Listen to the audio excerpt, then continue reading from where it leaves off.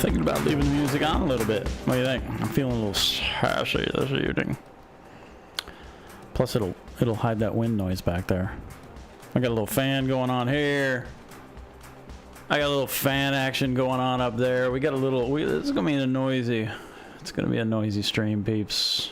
What's going on, everybody? Let me jump in here real quick because there was a there was a whole lot of activity up early, and I really appreciate Braveheart Reefer is always first, always, and thank you very much.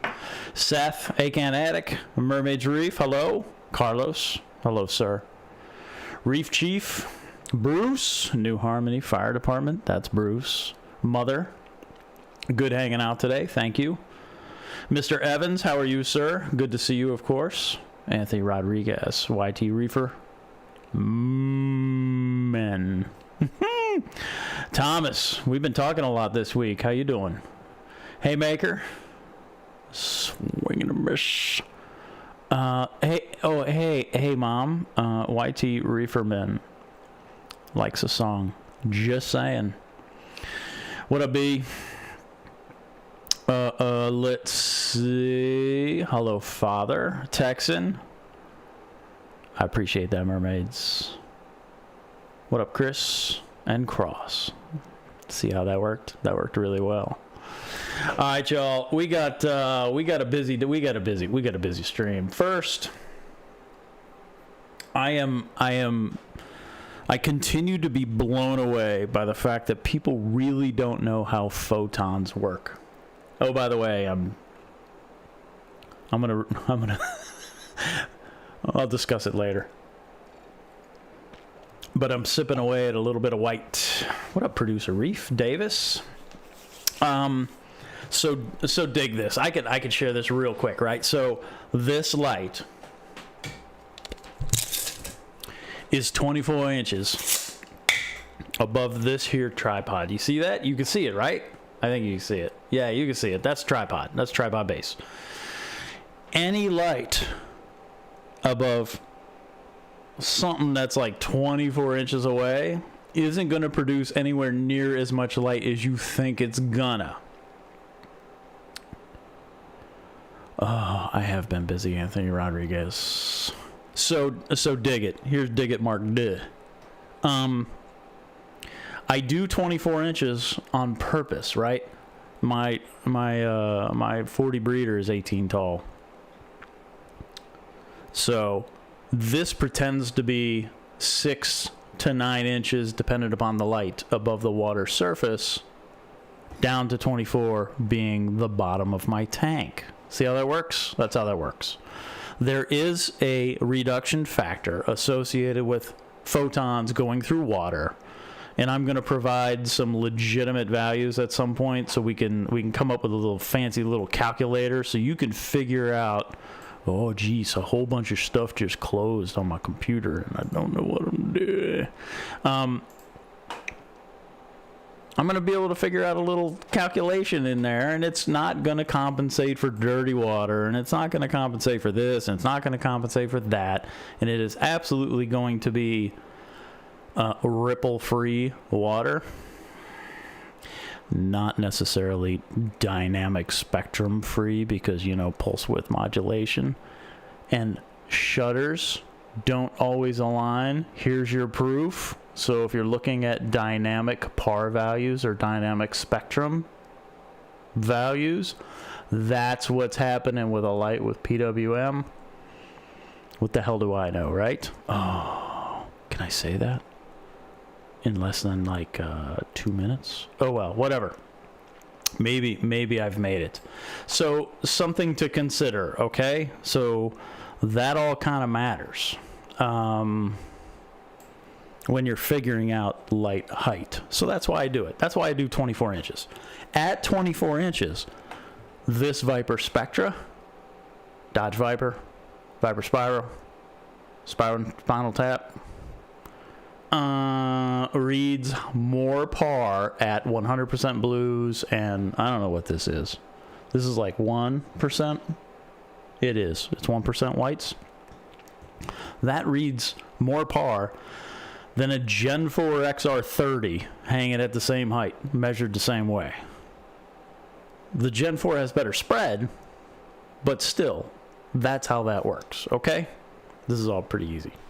This is not like math. This is simple. So that's why I measure 24 inches. How's that? Let me check.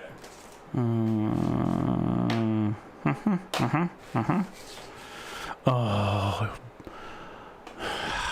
my buddy Bruce, who lives out in a very beautiful place in southern Utah, who has to drive to Las Vegas to get his alcohol, and he does so in a meaningful way, is going to get his first snow tomorrow night, 20 degrees. I love where they live is very close to Zion National Park, and it's freaking beautiful. Southern Utah is by far, yeah, because I haven't been to Montana yet, is by far my favorite place. And that guy Bruce, oh, see, that's tough because I got that whole lake house thing going up in Minnesota. Yeah, still, I kind of dig it. I dig southern Utah. All right, what else? Something else to consider. Retailers who share light information undersell par. Because when you get your lights, you're going to realize you don't have enough lights and you have to buy more lights. That is a thing. So pay attention, please. And I think our friends in China do it the right way, except they don't do it the right way because the information they share isn't necessarily accurate. But pay attention to the wattage of a light. If it's a light I have, I will provide you data. If it's not a light I have, then I can't help you all that much, but pay attention to the wattage because that really, really matters. Also, pay attention to the wattage of a light and the par of a light when measured at the spectrum you will use. If you're paying attention to data that was provided with all channels of a light at 100%, there are two exceptions to this rule. Then you're not being provided data that you can use, because who runs their lights at one? Like, I'm not going to run this light at 100% both channels. I'm not going to run the Metris. I'm not going to run the Ecotech. I'm not going to run any of those lights at 100% all channels except for the Red Sea Reefer 90. But don't buy that light. And the Ecotech Gen 5 Blue. Those are the only lights I've tested where you can run their channels 100% and still get a good spectrum. Pay attention to data being provided that shows all channels run at 100%, because it's not really going to tell you what you need to know. If I turn this white channel up to like 100%, then you're going to get way more par, of course. However, who runs lights like that? Nobody. Maybe our friends in Europe run a whole lot more white. Do they really run? Oh, I said one. Do they really run both channels? Oh, I'm ranting. At 100%? Doubt it. So don't do that. Pay attention to the data, but realize the data has been presented in a way that will persuade you to go one way or another, and it's not necessarily accurate. You're being offered good lights, so revel in that. You'll be okay there. So wattage matters. Real wattage is hard to get. I can tell you that. Real wattage at your spectrum is insanely hard to get, and that's what I provide. I might be the only one doing that, and you really should. That's what you should ask from your retailers. What is the wattage the light will provide at the spectrum that I expect? Because then you can make a really good determination of how much light you really need. All right, rant done. Let's see. You love the camera quality. Thank you. This is a Sony A6000 with the pancake lens. And I bought this to take better reefing pictures, and then I stuck it on this stupid monopod behind my monitor, and it hasn't left because I really like it. So I'm gonna hunt down a new A series on Black Friday and hopefully get a new camera, because I really like this camera, but this one's not moving. Thomas, you just missed a rant, bro. That's all. Welcome, Semper Fi. Northwest FPWL. Hold on. Oh, you got some... are you Pacific Northwest? Pacific... I wonder. Because I was taking a look at Devin's Reef Dudes, his stuff, and he's got some snow coming down. It's freaking beautiful up there. Montana. I would like to... Oh, you live in Montana. I would like to... I have not spent any time in Montana. I almost drove through it once over the summer, but I didn't get there. That's one place I need to go. I have to send you the map. This is Daniel Evans. I have to send you the map of my 40 breeder. I did a full map with a Senai. Really good, really good par meter. If you find that thing used, find it new, find it Black Friday, find it something, buy it.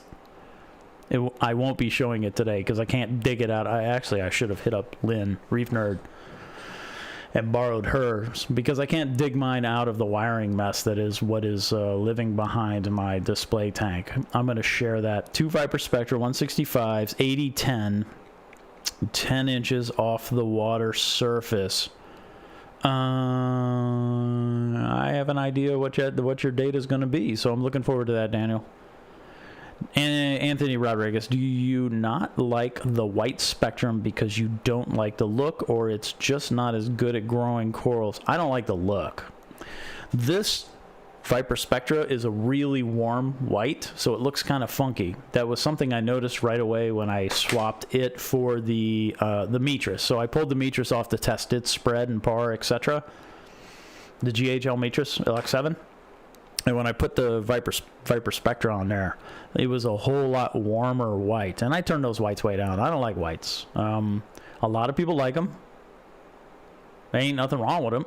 And a lot of people on the other side of the pond, they run that way. Can't blame them. It works. Blue works. White works. Whatever. Northwest. Near Glacier. Oh, you're lucky. See, that would be a good a grudge match versus Zion and Bryce and all that, which are I have fond memories of. So I would really like to see Glacier, Yellowstone, not get chased around by damn bear and whatever. So I'll stay in my car. I know my place. Acan Attic, thanks for the info earlier. Setting up a 20-gallon frag tank for my... Yeah, Pixie. There you go. I hope that helps. Hey, John. How are you, sir? All right, y'all. Let me get to next. Tank updates. Acropora eating flatworms are on their way out. The RAS is working. Those blue, very, very pretty blue, whatever the craps I bought, those things are working, and the tank is looking really good. I'm not losing any Acropora in the frag tank anymore. So, damsels, sorry. Springer's damsels. If you get Acropora eating flatworms, I would suggest that you not go... that guy Bruce is sending me math because he's an engineer. He's sending me light math via text. If you get Acropora eating flatworms, don't necessarily go the chemical way. It's absolutely an option. I did do wormwood tea dosing based on a local reefer's recommendation here. I trust this guy, so I am doing it and still doing it. Yeah, thank you, Reef Keeper. And between that, Springer's Damsels, and 6-line RAS that I dropped in the frag tank, one was already living in the display, and it was a really small 6-line, so it treated the other fish with respect. That is working. Totally working. So if you get the dreaded Acropora eating flatworms, there is a way out. You just need to work yourself into it. Now, that required a fish order and quarantine and all that comes along with that, but so far it is working. Lynn's on. What up, Lynn?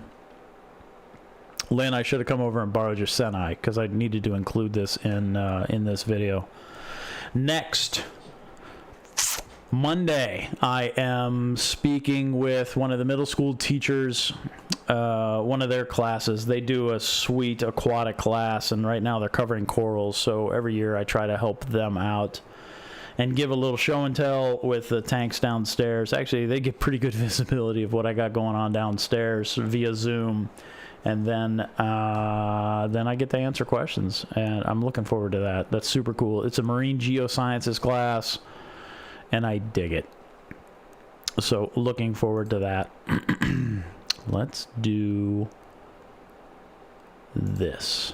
Done.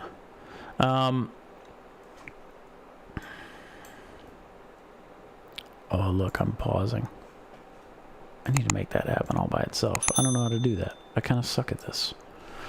I've got some Anthony Rodriguez, I got some flatworms on my glass, but not on my corals. Are there some that don't bug anyone? And should the damsel 6-line be added last?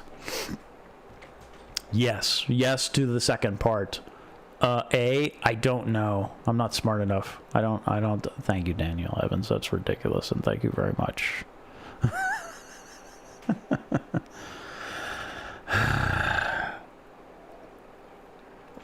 Cheers, sir. So,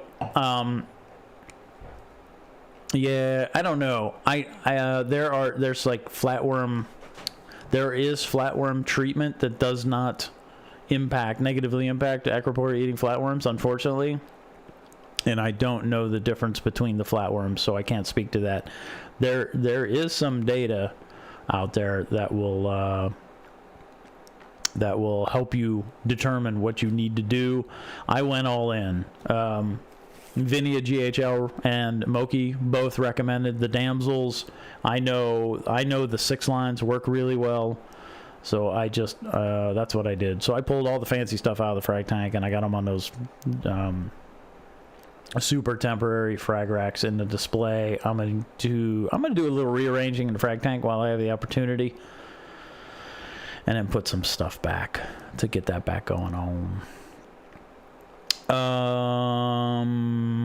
So really interesting DM this week was I was told, and this is hilarious, I was told that the Viper Spectra board and heatsink were crap. Guess where that message came from?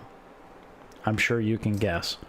Look, that light right there is probably pulling 65 watts at the moment. It's not at all taxing both the board that's really made well and the heatsink that's appropriately placed such that that light would overheat.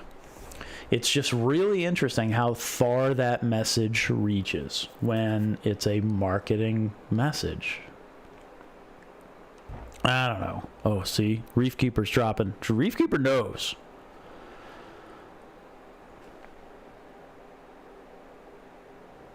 There you go.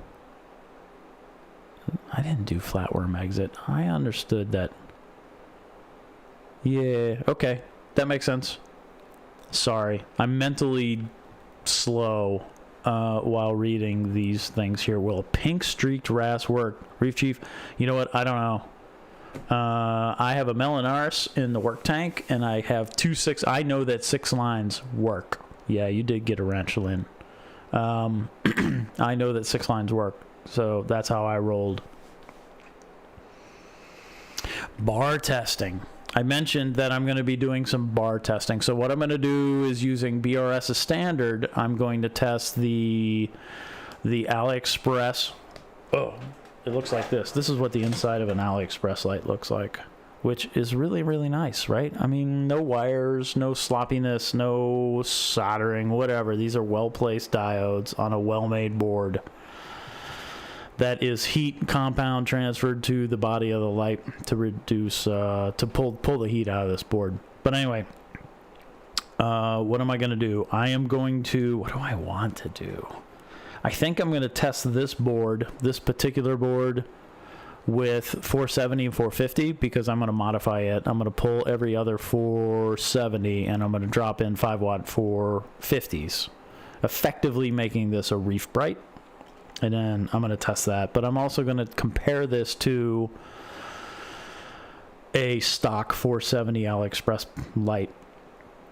And then also going to compare that to a legit reef bright, which is back there. And then because I'm going to pull the Orphic OR2 off the display and put up one of the 470s after I'm done testing. Or I'll put this one up, the 450, 470 modified. Then I'll share that data as well. So I'm going to share spread, not first, spectrum, par, spread, and build quality of the lights. So you can make an informed decision regarding what kind of lights you want to have, what kind of bar lights you want to have. Something that happened this week that was pretty much freaking awesome. I look, my information, the information that I provide isn't necessarily mine. Sometimes it's shared, and if you look at the posts from this week, you can see those who were amazing and shared this information, right? So you can buy the AliExpress 470 bars in custom spectrums. You can order those from John Curry, all the 5 watt, not 3 watts. So what I'm adding 5 watts because that's what I have. It's not going to produce any more light because it's going to be divided across all those diodes anyway. It's a fixed amperage power supply, and it's not going to do anything different than what the 3 watts are doing. It'll just drive them low. So whatever. This is the 470 bar that I dig. This 470 bar can be custom ordered from the manufacturer. So you can get 450, 470, just like a reef bright. You can get 420, 450, 470, which adds all that 420 like an Ecotech Radion provides, and that's some fun light. That's some nice violet that makes those suckers glow. You can get 385. You can get any UV you want. Just you may have to pull the lenses off the UVs because it may darken them. But you can get 385, 420, 450, 470. You can order whatever you want from the manufacturer, and they'll make it for you. And it looks like it's trending at about $10 to $15 extra per light. Look, this light, the 24-inch, which is this, right, from the United States, is $43 frickin' dollars. And shipping might be free. I think there's a fake tax in there that they charge you, but whatever, I don't care. It's $43, and it shows up, and poof. Now add $10 or $15 to that for your custom spectrum and a little bit of time, and that's going to come from China. So you're going to pay a little bit more money, but you're going to get the light you want, not necessarily the light you're being told you want. You can order whatever you want and test it and try it and do whatever. Like this particular light, like I said, I'm going to convert this to 450, 470. I'm going to stick it in my oven tomorrow, and I'm going to make that happen. I also have 385s and 410s coming, so I may go all in on this thing. But it's really easy to do. You stick it in your oven at 300 degrees, and poof, you're good to go. All right, so wait, let me run back over here. If you scroll down, if you go to the AliExpress bars, Boxes and Booze 06 has the link. I can share the link in this one as well. If you scroll down a little bit, see that contact? Click that button and ask for whatever you want, and they will make it for you. And it's not going to be a lot of money. Whatever. You can do whatever you want. You can buy whatever you want. You could also buy this light and take the lenses off and get a pretty good spread light. And they're cheap, and they run, and the freaking diodes are the same thing that you see inside a reef bright. It's all the same. Let me scroll up. I missed a whole bunch. You know what? I'm not going to be able to catch up. I sure wish Flatworm Exit worked on Necroport 80 flatworms. I agree. No chance. Yeah, the 6-line Reef Keeper. I was watching your struggles, and there it was. Those are hard to imagine, to manage. Sorry. Is taking the advice from inappropriate reefer appropriate? Yes. Moki is there to entertain and to share his journey. It's not necessarily technical information, but he absolutely shares what works and what doesn't. So, sure. I personally am a fish quarantine kind of guy. Sometimes Moki rolls the dice, and there's nothing wrong with that. A lot of people do it, but something to consider. I need to get to the point of this whole stream, don't I? I'm in the process of building a Semper Fi. You were the man. So, yeah, so Thomas actually is he's one of the unofficial, no, he's a totally official sponsor of this here video, because he hooked me up. Moki and Thomas both offered up their MQ-210s for me to compare to the others that I have on this list. So, there's that. Wanna buy my new Ender 3. Who you say? I thought you, what's wrong with your Ender 3, Lynn? You gave up on it? Too busy with work. Yeah, I'm a total, so Thomas, Semper Fi Sea Coral right there, he says he's a Prussia, and I agree, because there's one right here not assembled, and I need to assemble it. See, there you go. Are the alley 5-watt diodes are not, so yeah, John, I covered that. So they ship 3-watt and I'm swapping in 5s. Yeah, sky high reefer. We were going back and forth a little bit. When they fall in the water, you pull them out real quick and you rinse them out with Rhody. You put some water in there and you shake them up with Rhody, and that's what you got to do. That sucks, dude. I'm sorry. I hope that works out. If that doesn't work out, hit me up. I mean, we've been talking, but hit me up, and I'm more than happy to either try to repair the light, which I know I can, or whatever. Let me know. I'm going to miss out on a whole bunch of chat. If you tag me in a chat, I'll see it right away. What's the cost difference? If you do it yourself, cost difference if you do it yourself is absolutely less. The diodes are dirt freaking cheap. I would suggest that you buy the 5-watt diodes because they can take the amperage that you would expect this light to handle. So just do that. That's why I buy the 5 watts, because they can handle 750 milliamps, and that's what you're going to need to push through this thing. Would they make a 60-inch version? Ask them. I don't know that they offer it, John. Put a couple of 24s together. That gets you pretty close.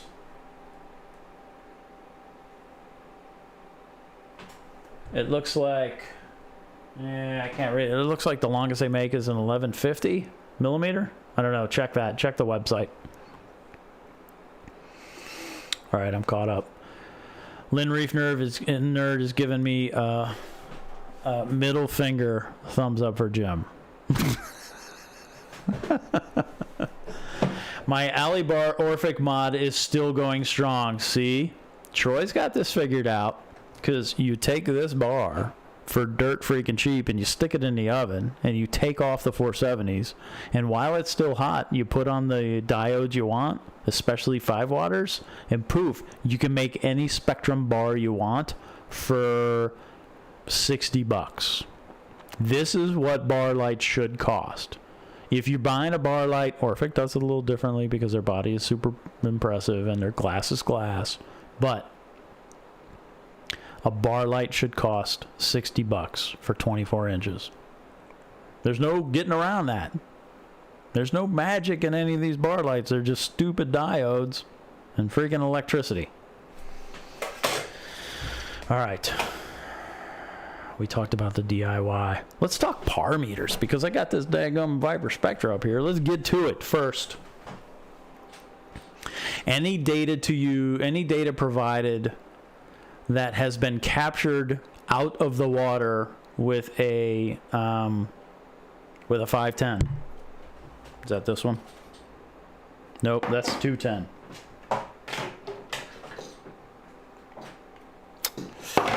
Nope, that's 500.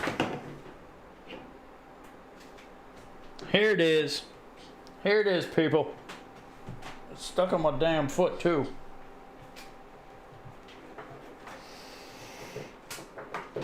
That guy goes, look, see, I'm all tangled up in business right here, boy. Howdy.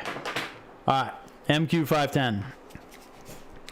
The MQ-510 from Apogee has a built-in multiplier in the firmware to compensate for water. That multiplier is 1.32.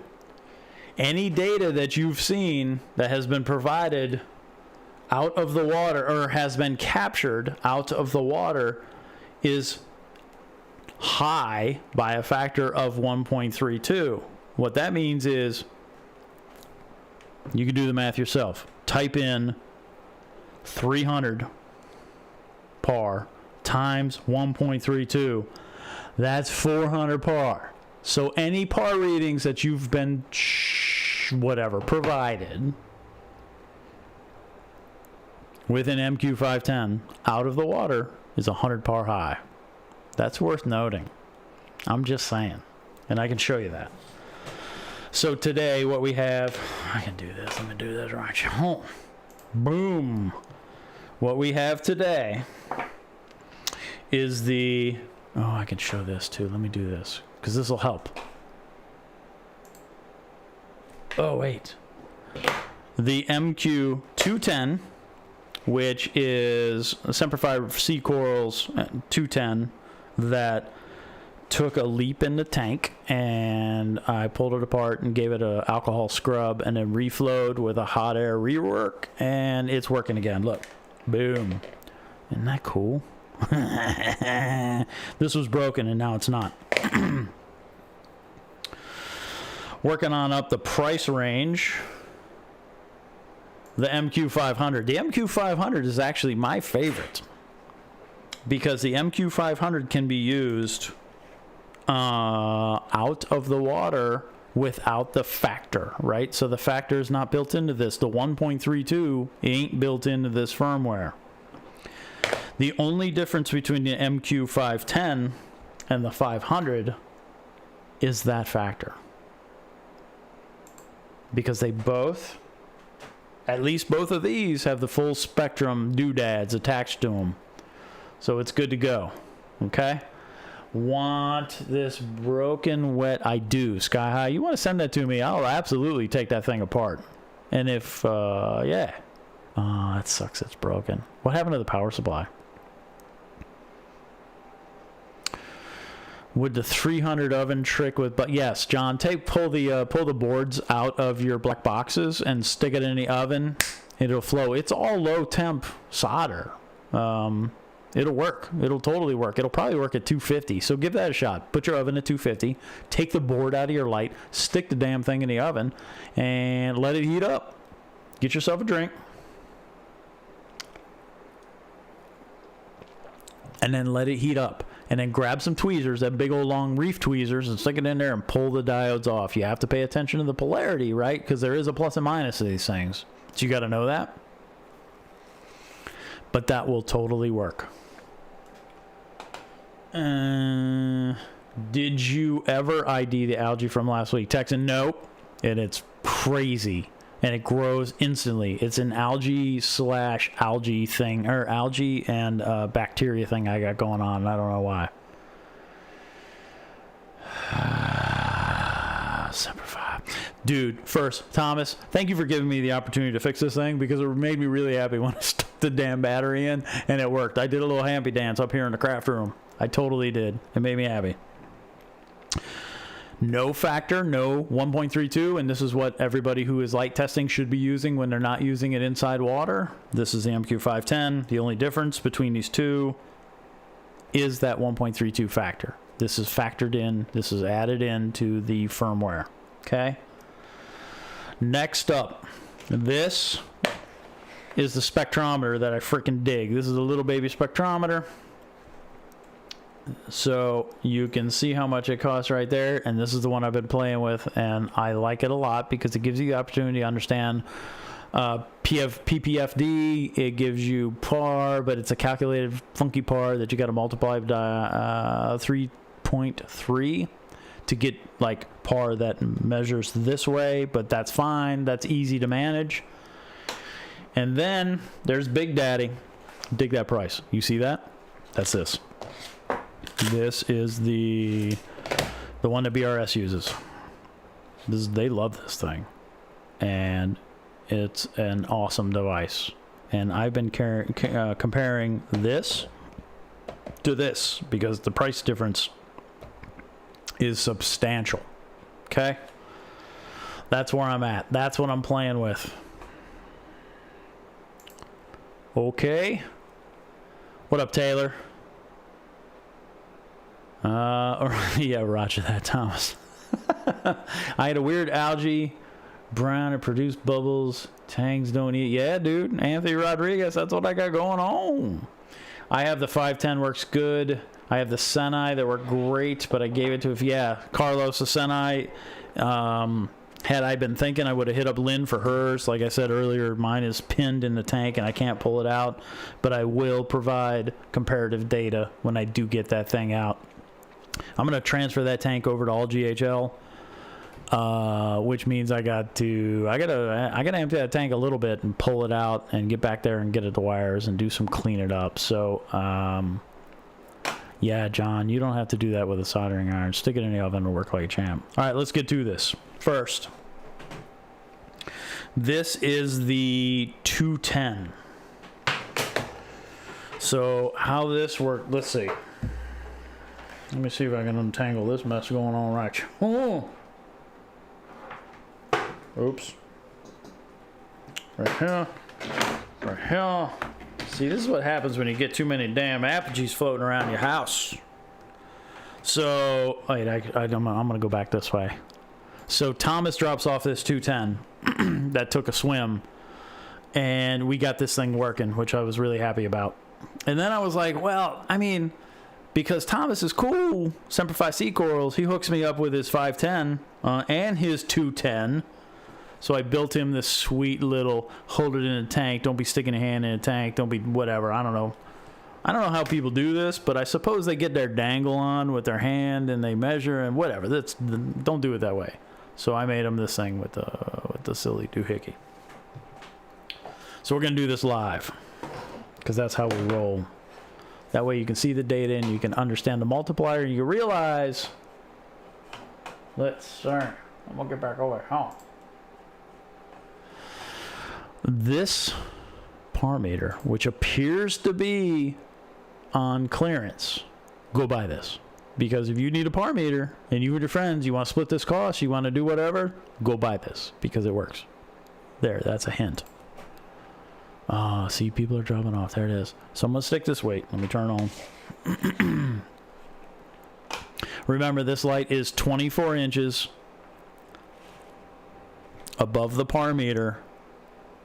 So your par readings aren't going to be anywhere near what you expect them to be. And remember, the par of this light is going to be higher than a Gen 4 XR30 running 100% AB+.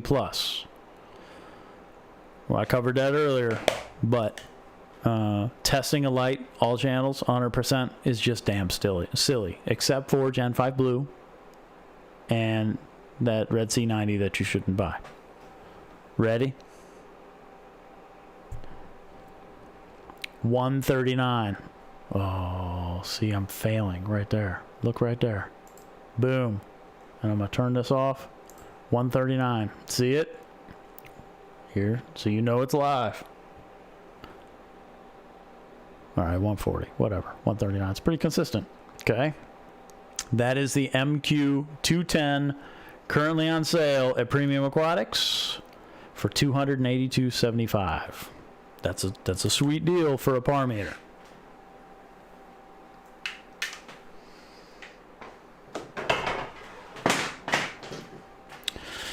Thomas, I just I roughly set down your par meter. I hope you don't mind. MQ-500, which is my favorite, and I've already explained why.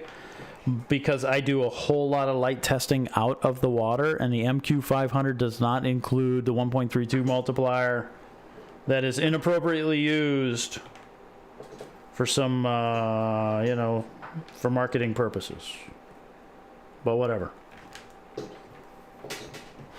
All right, let's get that one out.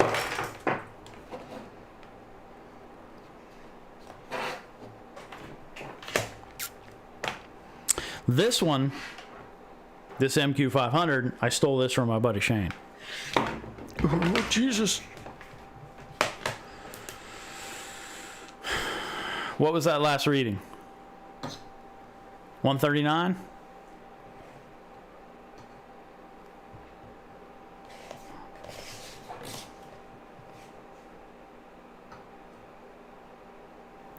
Here's where it gets a little interesting. So 139, or wait. 126 times 1.32. So this was reading a little different, okay? So 126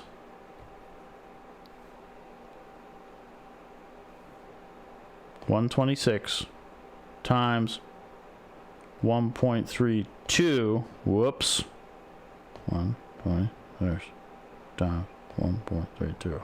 This is going to make blooper reels. 166. So we have 139, 166.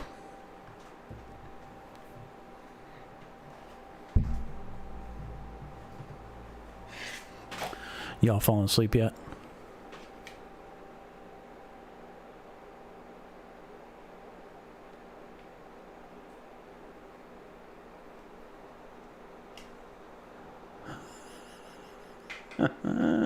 Anthony Rodriguez spent a half an hour scrubbing it with a toothbrush.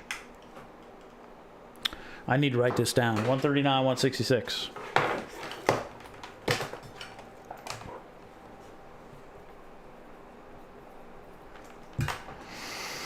Let's do the MQ-510, which includes the 1.32 multiplier. So you got to take that out if you're testing lights outside of water.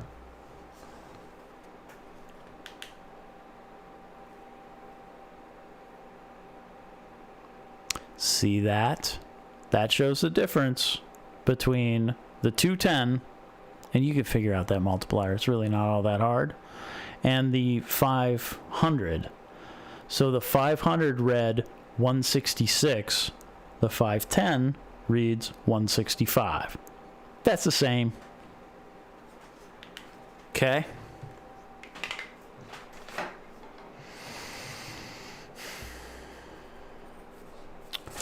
Right, write that down there. 165 is the 510. This is the 500. And this is the 210. So this, you can absolutely determine the factor to ensure that your numbers are freaking accurate. Okay? That's easy. If you get something cheap, you can do that. This thing, this little jobber right here, this requires a computer. Oh, geesh. This requires a little password action. We're not going to provide that information. I don't think we should do that. The CompuSec in me knows I shouldn't from back in the day. This one's interesting. All right, let me see if I can show this. Yeah, I can. That's cool.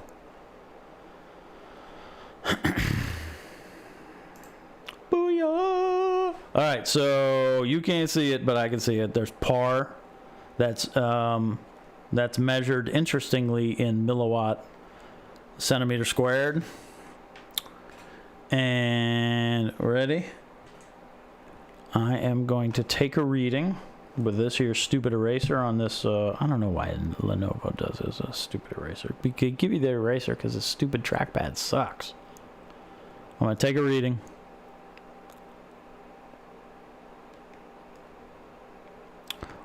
Oh, look at that fail. Wah, wah, task manager. Oh, wait, it's reading. That was sucked. Let me do this. There it goes.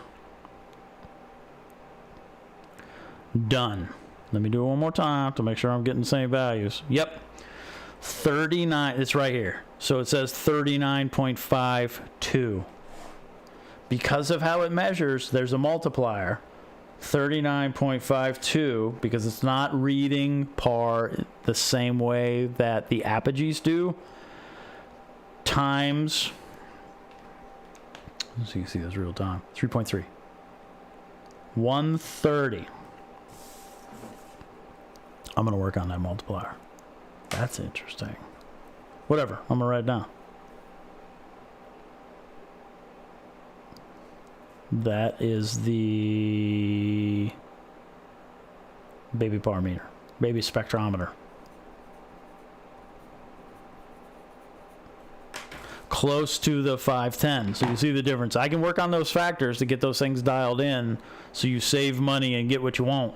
But also notice, please, that this thing is providing you the spectrum data of that light. It's also giving you just a ton of freaking information over here that you understand all sorts of stuff, and one of those things, you can export out this actual spectrum data and you can have that for yourself. Okay, so there's that. I looked up on the internet that 1.33 factor, and that was what I determined, and it was actually what I saw on the internet was actually higher. So that was, or sorry, 3.3. I'm gonna check on that. Let's get out Big Daddy. This is not an approachable device. This is a ridiculous device. This thing costs $3,000, $3,100. And that's just ridiculous. $3,100. It is NIST traceable, which means the fancy government agency that ensures calibration accuracy provides a calibration standard that this thing has been measured against to show that this thing is no kidding accurate. See, I'm hitting that light that's in front of me. See that? All right, so ready? This one I can't show, sorry. But I'm sticking it over there at the same height.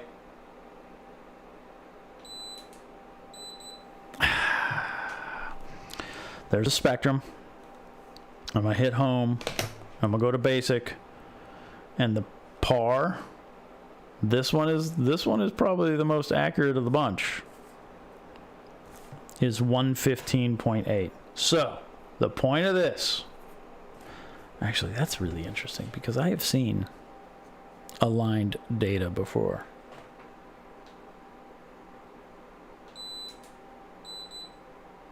Yep, same thing. So 118. What this is telling you is all of the numbers that you read with your par meters are ish. 115.8. Big Daddy.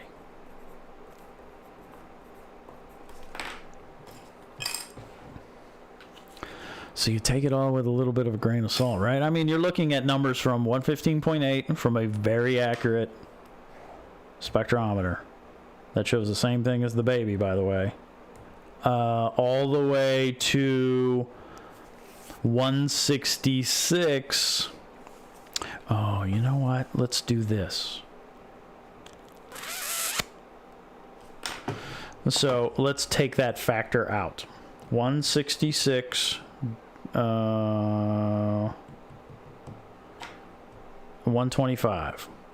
So the 510 should be 125. The 500 should be 125. The 510, 165 divided by 1.32 is also 125. The 210, which has a different multiplier, is reading 139, which is an interesting number. And then the baby spectrometer is reading 130 to this is $3,000, $3,100. This thing's $650, and the par they're reading, the difference is 115 to 130. Also, the par from a 510 is 125. The par from a 500 is 125. So you're looking at 116. If you round up, you're looking at 125, which is pretty close. Looking at 125, which is pretty close. Looking at 130. And I know this one. This one's a little higher than it should be. I have the data to show that. And I think I showed that last week. So all of this means all of your numbers are relative. I think what you need to consider when you're taking par readings is consistency. So if you're changing lights, Anthony Rodriguez, why did it hide that? Show it. Science indeed, sir. Science indeed. So what this is showing is that you, just like your test kits, you're looking for consistency of data. You're looking for you're looking for trends. You're not looking for like precision values, because you also don't get that with ICP. You're looking for good enough data. You're looking for information that you can use to make an informed decision for your tank. Generally what that means for me is if I'm changing lights, I take a pre-reading and I understand what that par is, and then when I put in a new light, then I bring that par up to just below that point, and then I acclimate to the level that I hope to achieve. That makes sense? This is a 510. It includes the 1.3 multiplier, so any information that you've been provided outside of a fish tank is 1.32 too high. I don't know about that 210. I don't know how that works. I don't know what that factor is, but whatever. There's your data. Now you know. Now the 210 jumped in a tank, but I still think the data is okay.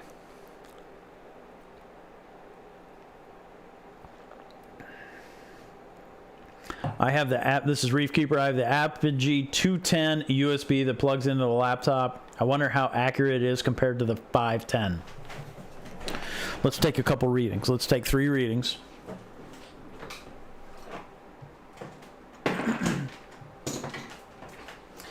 And then we'll tell you exactly how accurate it is. My assumption is the 210 that plugs into the computer via USB is the same as this 210. Hopefully that's a fair assumption. I also know that something to consider is that the sensor, this may not be the full range sensor that you're going to get on, and I think that's the difference, that you get on the 510. This thing is reading light better. But if you want to know what that factor is, let's do it.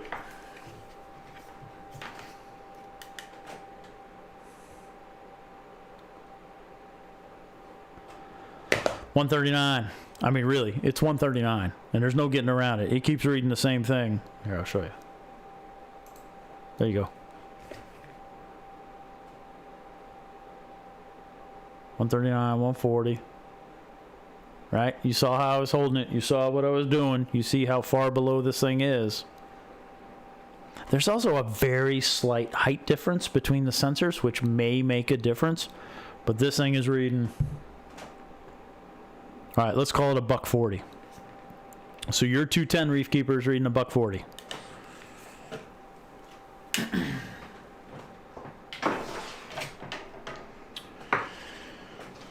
Now, remember that height difference? This sensor is a little higher, so it's getting a little closer to the light, and that kind of matters. 510. 510 is reading 160 something. What did I get it to be before? 165? 165?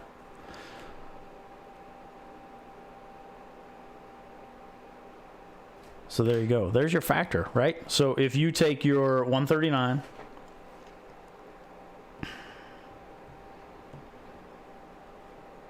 $165,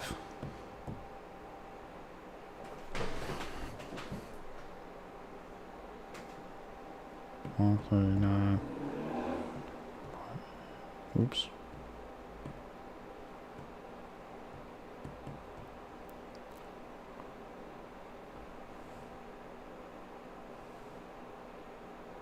Oh, look, I went quiet. 139.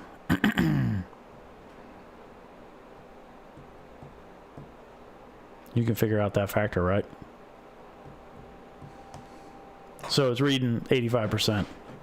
So you're close. So figure that out. Take your 139, take your 165, figure out your multiplier. Because it's small.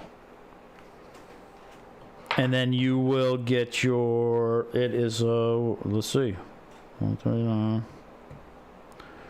times 1.2. Yeah, that's what it is. 1.19, 1.2 get you the accuracy that you would see from an MQ-510. So if you multiply your value of a 210, now that's this particular 210 and not necessarily transferable to others, but it gives you a pretty good idea, right? So if you do 139 times 1.19, oh, I screwed that up. 139 times 1.19, that's it. So if you read 139 times 1.3, 1.19, 165. It's funny how my camera shows it flashing like that. That's interesting. All right, so 1.19 for the 210 to get you a 510. You see how the 500 and the 510 read the same because they're absolutely reading the spectrum the same. Baby spectrometer, we could figure out that multiplier. I can figure that out very quickly, and it's probably the multiplier that was suggested on the internet. And then the Big Daddy, that's an interesting reading as far as I'm concerned. Because that is way lower than what these other ones are showing, and this thing's capturing a wider, actually both of these are capturing a wider spectrum than the MQs are. They're not capturing they're not capturing PFD, they're capturing PPFD, which is missing everything below 400 nanometers. That was a really slow sentence. My bad. Let me get this thing warmed up and take one more shot. We got 115.8.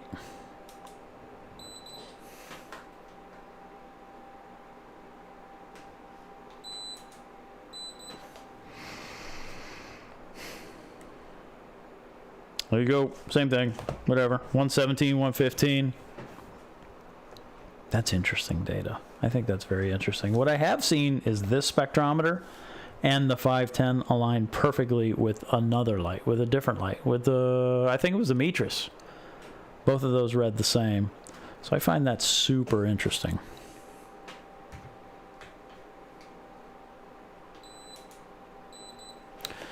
That value is with the spectrometer closer. And you see now that it's higher because it's closer to the light. That's how that works. All right, that's that. Let me check.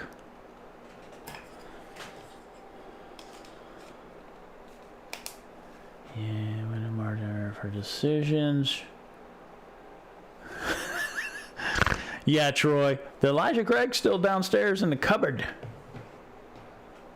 Saving that for a rainy day. What up, Neil? How you doing? Oh, I don't know how to say G-W-O-N-K. Jawonk. Did you find it difficult removing the lenses from the Viper Spectra? No. Removing the lenses from the Viper Spectra is 1, 2, 3, 6, 7, 8 screws, and then 1, 2, 3, 4, 5, 6, 7 screws on the inside, and you can pull that whole light board out and then pop the little lenses off. They come right off. Thank you, Daniel. See, I knew somebody would do the math. So yeah, that's really easy to do. The 210 has a different sensor with a different sensitivity to blue, correct? I can tell you it's physically different. And I can tell you if you rent it, it's cheaper. And I can tell you the factor that you're looking for is 1.19. So you could buy the spectrometer and multiply your readings by 1.19, and then you get the same kind of reading, which is the right. That's how the 510 and the 500 work. Yeah, this is a.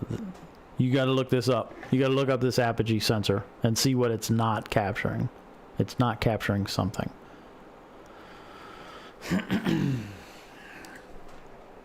What'd you say? 1.27? So is it 1.27? Is that plus 3.3? To get me where I need to be? Daniel? 3.3 plus 1.27 equals times 130. Oh no, that's not the right number. Oh, it was whatever the hell the spectrometer read that I can't remember. So 130 divided by 3.3 gives me that 39.39, and then I do 1.27 plus 3.3 equals times 39.39 equals. That's not it. I'll have to figure that out. I'm just going to go right to it then. 1.27, huh? No, that's not the right number. We'll get there. Exactly. Close enough, says Reef Keeper.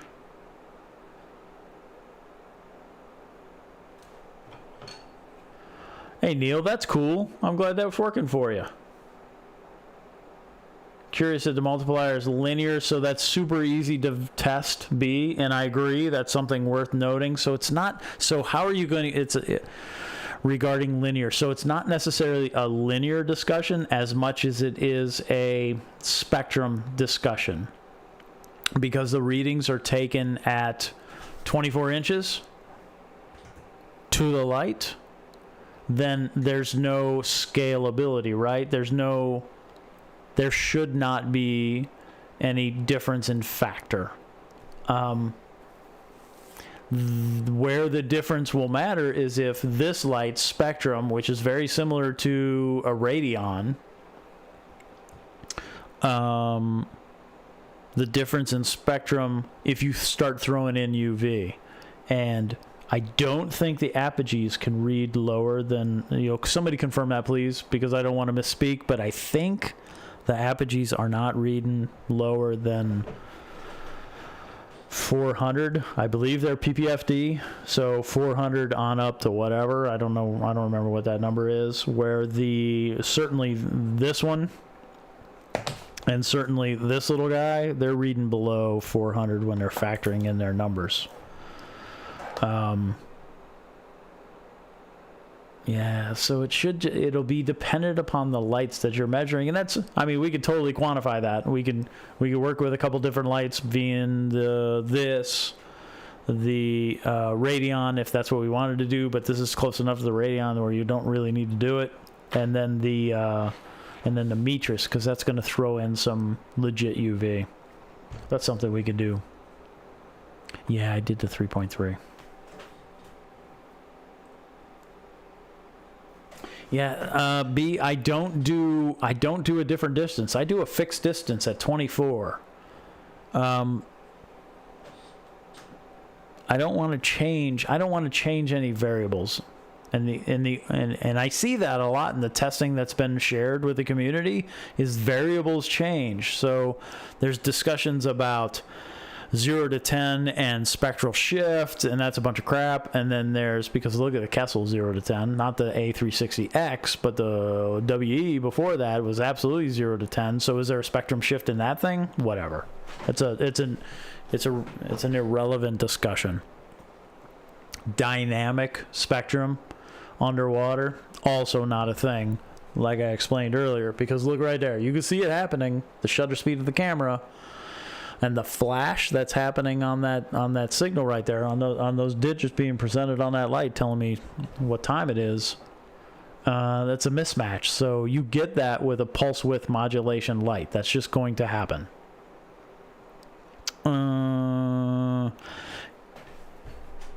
Yeah, there you go, 4.2. Thank you. 4.2. That's the number. You know, the number that was on the internet was, I swear it was 4.3. I'm going to have to go look. I have that page open downstairs on my laptop, so I'm going to check that. So I should have just paid attention to what the scientist said instead of making it on my own. Are the fans on the Viper Spectra? Yes, the fans on the Viper Spectra are much louder than the fans on the Metris. Certainly the Metris, a little bit louder than the ones on the Gen 4 XR30 that's running at 100%. That fan's loud. There was a difference when I took this light off the frag tank and put the Metris back on. AI Prime running hot is going to be a loud little fan on that sucker. Still good spectrum though, right? I mean, that's a good light. So there's that. Daniel, thanks again for that super chat. That was very kind of you. All right, how long have we been talking? That's an hour. What else we got? Anybody have any questions? Did I miss anything?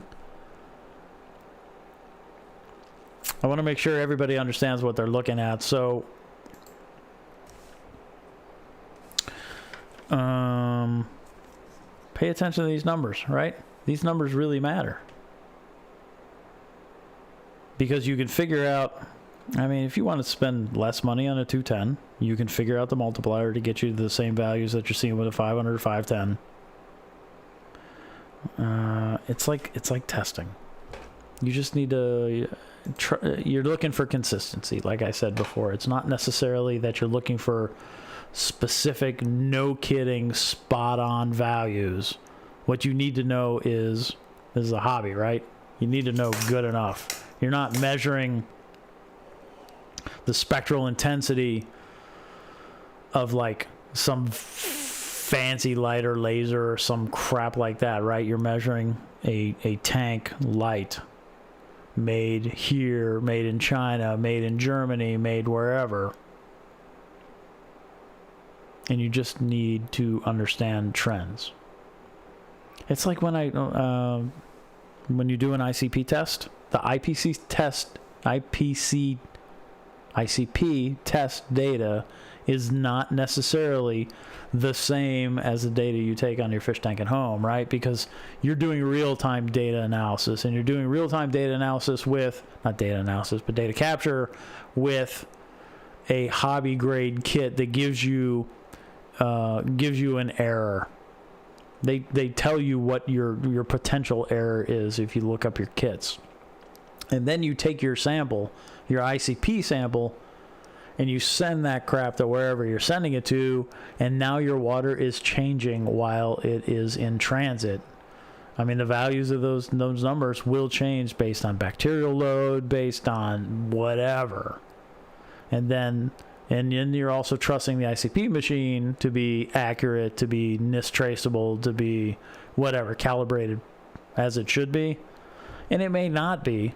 So that's why I suggest that you don't align your ICP with your home testing. Your home testing is your home testing, and then trend that data. Your ICP testing is your ICP testing, and trend that data. Don't necessarily expect them to align.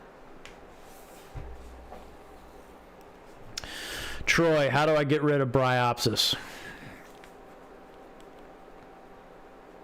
Fluconazole. That stuff works like, it's magic. You break apart those little capsules and you mix them in the water, and you do it about half strength because you really don't need to do it the recommended strength. And you drop that stuff in the tank, and a week later your Bryopsis is gone. It really, really, really, really works well.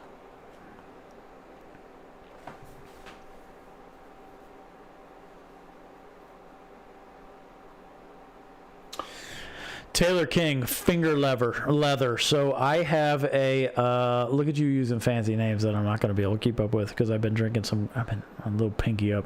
Pinot Grigio today.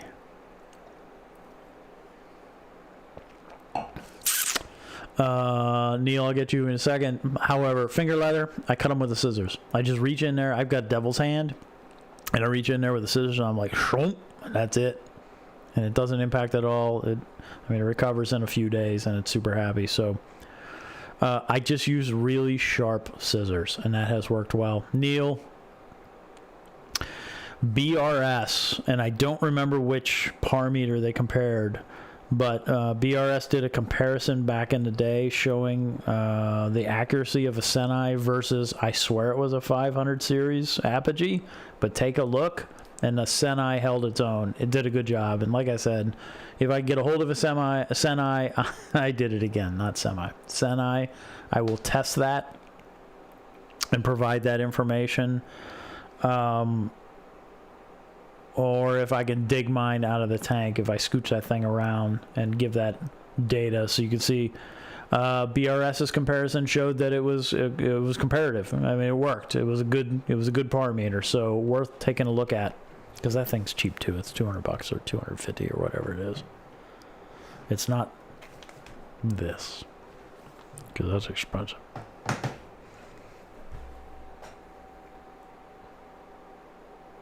Yeah, there you go, Lynn. I wrap it up with some fishing line.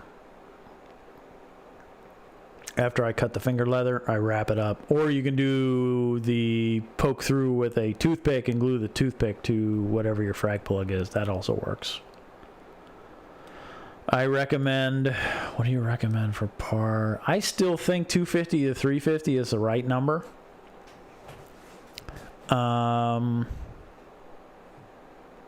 You can go 200, so 200 to 350. I think my cherry bomb is sitting, I can't remember what those numbers were. I just provided them too. Cherry bomb sitting right around 250, and that works pretty well.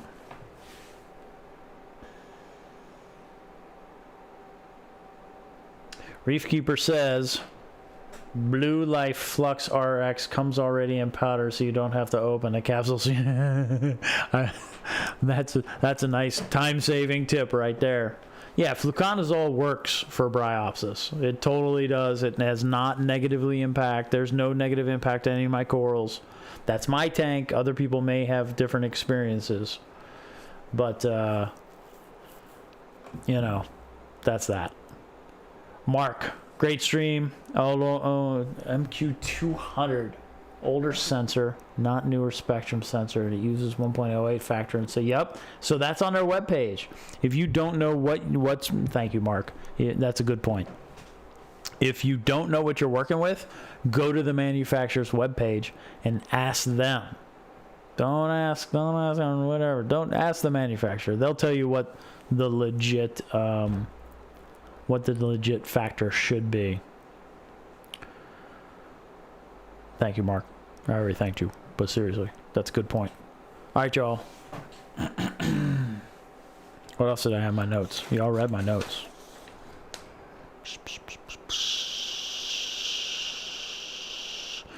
We started with people don't understand how par works above a set distance, which it blows me away. I'm really surprised that that's a thing that people don't necessarily understand, and they should, because par changes with height. And then we talked a little bit about tank stuff. We talked about AliExpress bars and those nice people who will customize your lights for you, instead of you having to stick this thing in the oven and do it yourself. We talked about snow in southern Utah, which I dig. All right, Anthony. Take care, dude. And then a whole lot of par tested stuff. Point of this is it's a 500 and a 510 with the multiplier added to the 500 are exactly the same. A 210, which you could find really cheap right now with a multiplier of 1.19, will get you under the same light. If I have the light that you're concerned about, I will absolutely provide you a personalized multiplier, if you will. And then whatever, everything is for just, it's data. So capture your data, look for your trend, understand the data that you're looking at, understand how your lights work, understand that an XR30 24 inches above a fixed surface measured at that distance is going to read less than a Viper Spectra. It's going to have better spread though, and it's going to have better whites, but that's how it works. South Florida, it's rainy and humid out, so it's fixing to rain here tomorrow, and it's not going to be warm, I can tell you that. I think it's going to be nice here tomorrow, so. Oh, look at, yeah, see, Lynn is a coral connoisseur. You know what, Carlos, take a look at what Carlos has been posting lately, because he's been hammering away at it. He's got some big old pieces that are just freaking beautiful. Take a look at those. I don't have anything that's that big. All of mine are smaller, like that green tenuous and the cherry bomb. They're really happy corals, but they're nowhere near the size of what Carlos is growing in his stuff. Go take a look at that. It's beautiful. Real quick, I would recommend acclimating my coral to the new Viper Spectra got. So, Reef Chief, if you happen to know your previous par, that is incredibly valuable information. It is really difficult to change lights without knowing par. If you can do that, cool. If you can't, what was the light again? What did you change from? And you went to a Viper Spectra. I can't remember. I'm sorry. I'm sure I know, but I can't remember. I don't know a good way of doing it under an AI prime. Yeah, Carlos. Dude, you have beautiful pieces. Those corals are just, they're glorious. I don't know of a better word to capture what you got going on, but they're nice and big and they're happy, and you keep a happy tank, and that's good. AI prime. AI prime is a significantly dimmer light. So take your Viper Spectra to 50% blue and 1% white and start working up your blues and see how the corals react. You should be able to see something going on there. If you have a 50% Viper Spectra, wattage wise, that should be very similar to an AI prime, and then just work your way up and see how it looks.